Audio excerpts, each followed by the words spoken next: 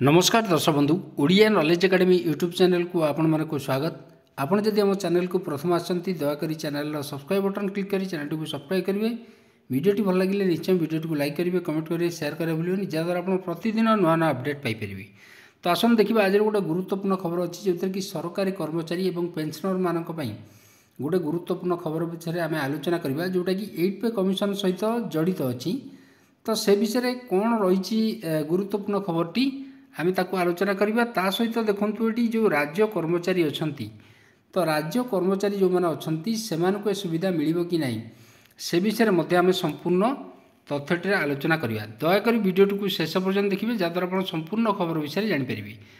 तो देखु 8 pay commission जो रही अष्टम पे कमिशन जानते आप कैबिनेट अप्रूव हो सरकारी कर्मचारी आप जानते 2026 7 पे कमिशन सप्तम पे कमिशन समय जो शेष हो तो से अनुसार जब देखा से 8 पे कमिशन आरंभ हो किंतु जो सरकार एपर्यंत जो घोषणा कले नहीं एपर्यंत चेयरमैन और टर्म ऑफ रेफरेंस फाइनाल है किंतु गोटे न्यूज आसी बिग न्यूज रही फॉर सेंट्रल गवर्नमेंट एम्प्लॉई एवं गवर्नमेंट एम्प्लॉई जो मैंने अच्छा पेंशनर जो हेल्थ केयर स्कीम अच्छी स्वास्थ्य बीमा जो योजना रही से विषय आम आलोचना करवा। तो देखो 8 पे कमिशन जो रही big news for the crores of central government employee आउ pensioner if you are also waiting for the formation of the 8 pay commission तो से देखा then its article is for you जोटा कि after the announcement of the 8 pay commission तो अष्टम पे commission announce पर जोटा एक्सपेक्टेशन जो रही कर्मचारी आशा रही जो सेंट्रल गवर्नमेंट एम्प्लॉई आउ जो मैंने पेंशनर अच्छा अवसर प्राप्त कर्मचारी अच्छा से हाव वन्स अगेन इनक्रीज्ड जोटा कि एक्सपेक्टेशन इनक्रीज होती in January this year the government officially announce formation of the 8 pay commission.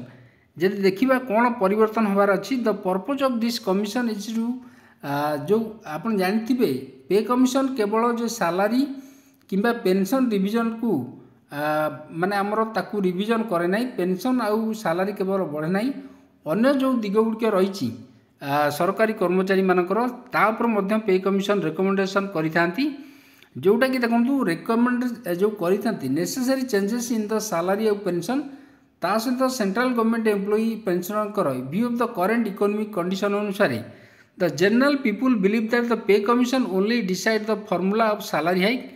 साधारण देखा गले लोकंर थाए जे जो पे कमिशन केवल सैलरी हाइक को फॉर्मूला से डिसाइड करे फिटमेंट फैक्टर आधार but it is responsibility are much more than this.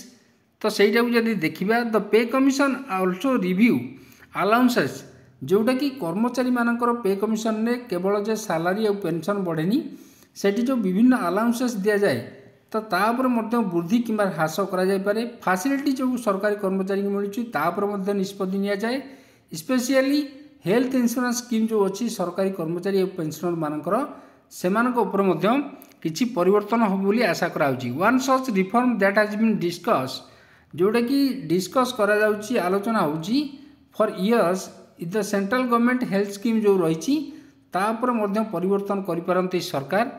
This scheme provides health service to the central government employee मानकू हेल्थ सर्विस प्रोवाइड करे सहित पेंशनर मानकू health service provide करे and they are dependent at affordable rate जोटा कि गोटे सस्ता दाम रे सरकार कर्मचारी एवं अवसर प्राप्त कर्मचारी को स्वास्थ्य सेवा जोगाई दियंती जोटा कि देखिए जो सीजीएस बर्तमान दि जाउची सेंट्रल गवर्नमेंट हेल्थ स्कीम जो रही is a health scheme for government of India which provide service such as doctor consultation, treatment, test, medicine to the employee and their family at low cost.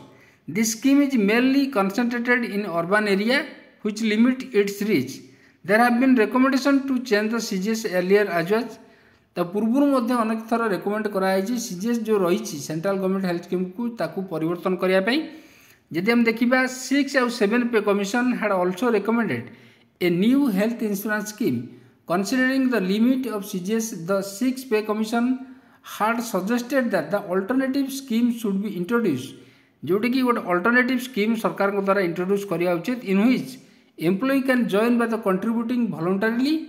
This scheme would be mandatory for new employee to appointed in future एवं नुआ जो कर्मचारी आसवे तांको लागू होगा उचित। The 7 पे commission went further and said that health insurance can be a long term and better solution for all employee and pensioner. They also suggested that the for pensioner living outside CGS एवं CGS जो centre गुड़ाक रहा should list near by hospital under the likes जोटा कि अन्य जो cashless treatment जमी दि जाऊँगी आमर इंश्योरेंस रे सेमती दवाई रेकमेंड कराऊँगी। Will new scheme replace CGS.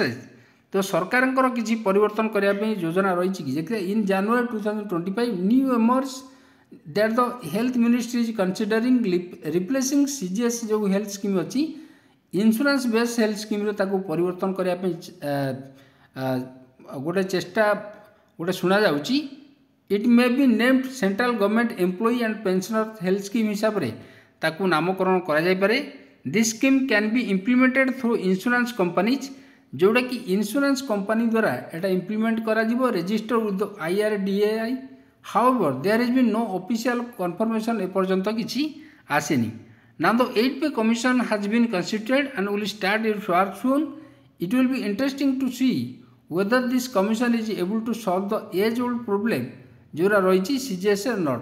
ता सहित जब आम देखा राज्य सरकार कर्मचारी हेल्थ इंश्योरेंस स्कीम सरकार को विभिन्न माध्यम सरकार को निजर दाबी जनई। आप जानते सरकार जो राज्य कर्मचारी अच्छा आप जानते जो राज्य कर्मचारी मानू राज्य कर्मचारी माने दाबी करुँच केंद्र सरकार भली हेल्थ स्कीम दि जाऊ।